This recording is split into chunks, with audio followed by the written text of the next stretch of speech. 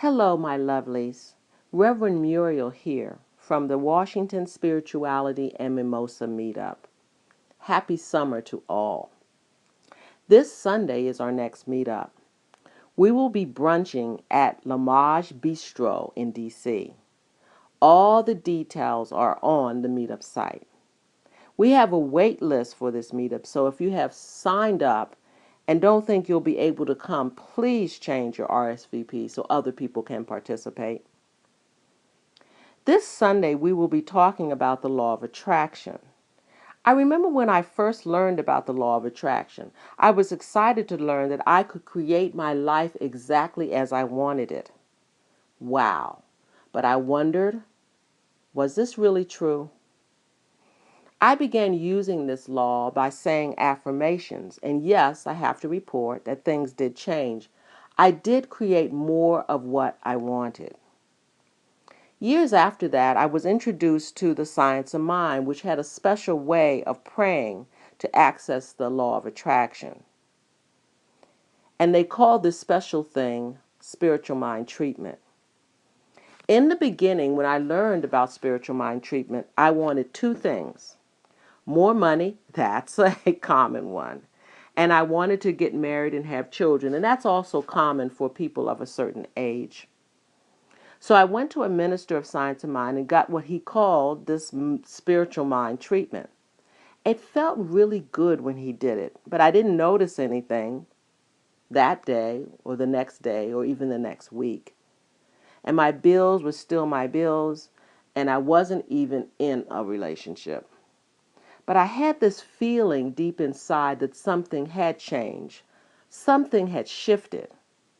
Because when this minister prayed, he prayed with such conviction and with such knowing. He seemed so sure. Well, within 6 months, I met the man who was to become my husband and father of two of my children. And if within 2 years, I had doubled my salary. So now I was excited. I believe this stuff really works. Since that time, and it's been more than 30 years, I have used this seemingly magical law to bring everything into my life that is in my life. That is right. Everything in my life has come into my life by deliberate activation of the law.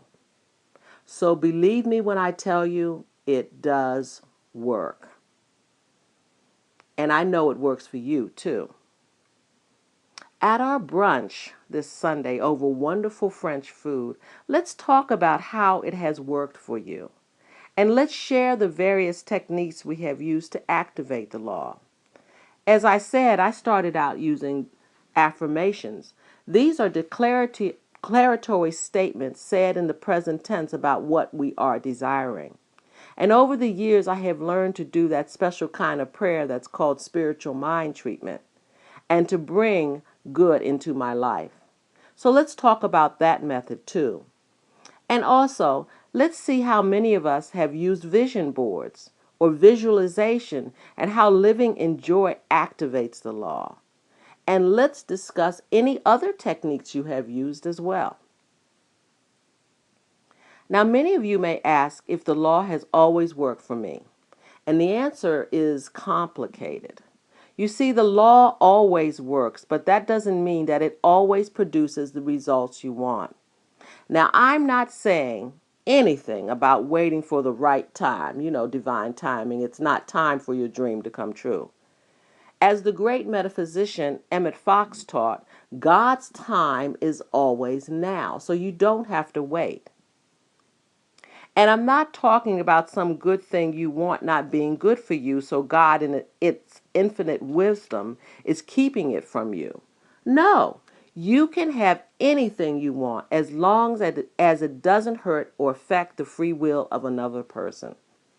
So, with that said, why does it appear that the law doesn't work in some areas and sometimes? Well, that is because the law isn't really magic like I thought it once was. It's a way of matching our experience to our consciousness, or creating on the outside what we have created on the inside, or what we have generated the energy of.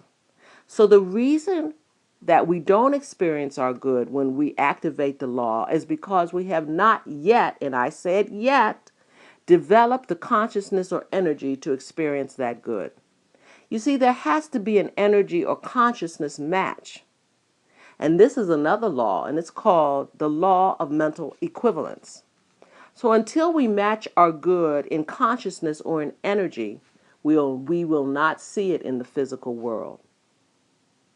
But the great news is that each time we activate the law by our chosen techniques, we bring ourselves closer to being an energy match for our good. So the key is persistence. It is believed by many that many people give up on the law of attraction, creating their dream just before the manifestation is to come. So keep using your techniques.